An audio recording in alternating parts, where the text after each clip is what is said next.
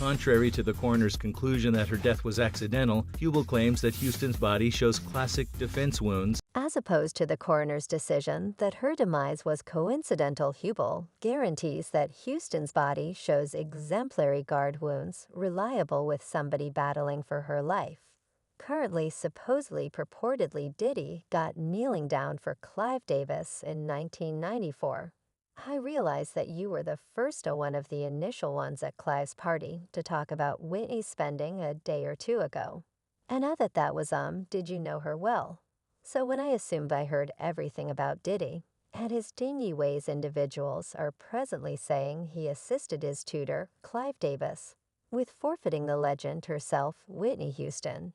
Now these bits of gossip about Clive being engaged with Whitney's demise are the same old thing we as a whole realize this man asserted Whitney resembled a little girl to him. But he celebrated the night away at the Beverly Hilton as Whitney's dead body lay in a similar structure. I mean, could you at any point truly fault individuals for being dubious? Yet word on the road is that Diddy had some awareness of Clive's supposed arrangement to take Whitney out, in reports as of late surfaced that Diddy likewise set up one more debased party at the Playboy Chateau the night Whitney kicked the bucket. Yet that is not you all. Puma right as of late spilled some tea on how Diddy's and Clive's relationship truly began. And it seems like Diddy gleaned some significant knowledge about controlling individuals from Clive. So what precisely were Clive and Diddy doing the evening of Whitney's demise? And was this actually another Hollywood custom? We should get into it. Precisely what occurred inside the famous Beverly Hilton stays a secret. Paramedics dashed to the 4th floor and found a dead Whitney Houston inside her lodging bath. So there are a few upsetting reports coursing on the web about Diddy being a watchman for strong industry figures who are purportedly engaged with a debilitated and contorted rehearsals from custom side to strict blood penances, and keeping in mind that there are a ton of insane individuals and wild tricks out there about Hollywood. You truly can't rule anything out for these individuals. Right now, one of these connivances that sounds absolutely convincing is that record names drive specialists into dependence and passing on the grounds that these days craftsmen are worth more dead than alive. Didn't Michael Jackson, in a real sense, say they were attempting to kill him for his list about Michael? It sound like you really accepted that he genuinely thought he would have been. Good gracious, I did. When he previously let me know, AJ, I must be straightforward. I didn't really accept that if I said, Michael, come on, you're my Jackson, who on earth would do this? No one would attempt to kill you. I mean, it would be world information, and everyone would realize about it. They won't make it happen. But rather, he was so energetic, determined about, and says you don't comprehend, everything revolves around my index. This is what they need, and this is the very thing that they will do. And he was unnerved. Well, obviously Whitney had similar feelings of dread as Michael. And as per a long-standing gossip, she attempted to caution her Pratige Kovnak about Clive Davis. Only 2 days before she kicked the bucket, Whitney crashed a meeting with Liquor Monica and Clive Davis and passed a baffling note to Kovnak. Likewise, did you hear Whitney rehash 2 times I almost suffocated today? This is totally startling, and afterward, when you investigate how Clive responded to the fresh insight about Whitney's demise, the entire situation in a real sense seems like a thriller plot. Whitney died on February 11th, 2012.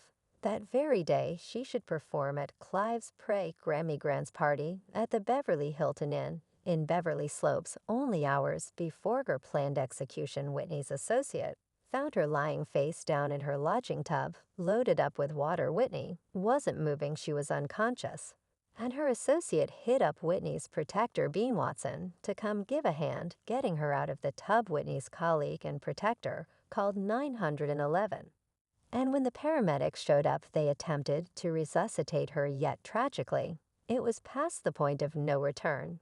And at 3:55 p.m., Whitney Houston was articulated dead. Now, you would imagine that the principal thing Clive Davis would do was drop his party After all, he was the person who gave her most memorable record bargain in 1993 and went about as her coach and mentor for a really long time, yet Clive didn't actually contemplate dropping the party, and every one of these celebs moved drank and had a great time while Whitney's dead body was higher up as per this report, distributed by CBS News. Houston's body stayed in the lodging hours after crisis response trauma centers articulated. Her dead ground floor Davis excessive party happened as arranged as examiners wandered the inn hall, and ladies wearing fashioner ball outfits and men wearing tuxedos rearranged by towards honorary pathway. And one more article uncovered that Whitney stayed in state, so to talk in her fourth floor suite, and she was not taken out until only minutes before the party finished ashort, while after 12 p.m. Now, Clive later guaranteed he didn't drop the party since it was a recognition for Whitney, and it's what she would have needed in any case. Yet Whitney's long-lasting companion, Shaka Khan, called Clive's choice craziness and guaranteed it was truly something contrary to what Whitney would have needed. I think going to hit up the Clive Davis party, yes, it was a dreamlike occasion where Whitney's body was still in the inn.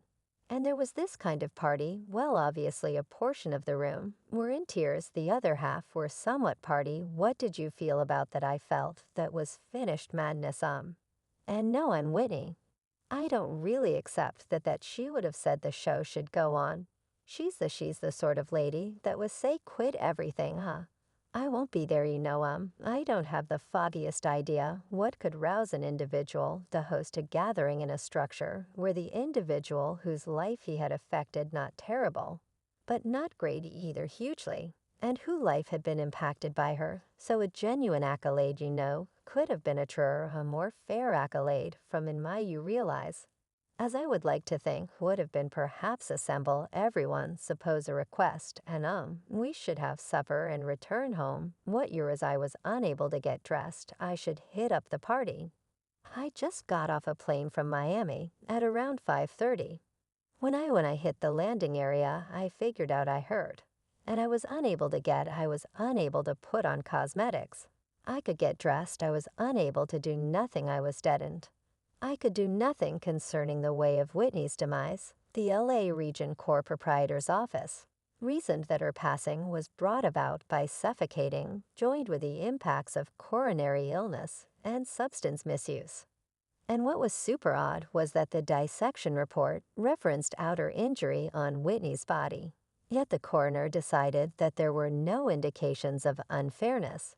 And get this, a confidential examiner named Paul Hubble later tested the authority administering and guaranteed Whitney had safeguard wounds on her body. Panther Wright later said exactly the same thing and asserted Whitney's family saw that Whitney had blemishes on her body that seemed as though she was battling with somebody she was beat. They saw her body, she didn't simply bite the dust in a tub, like she was currently. You're most likely considering what this has to do with Diddy. Very much we should begin with the way that Diddy went to Clive's Grammys party on the night Whitney kicked the bucket. In days after the fact, he showed up on the Ellen show, looking exceptionally apprehensive and awkward.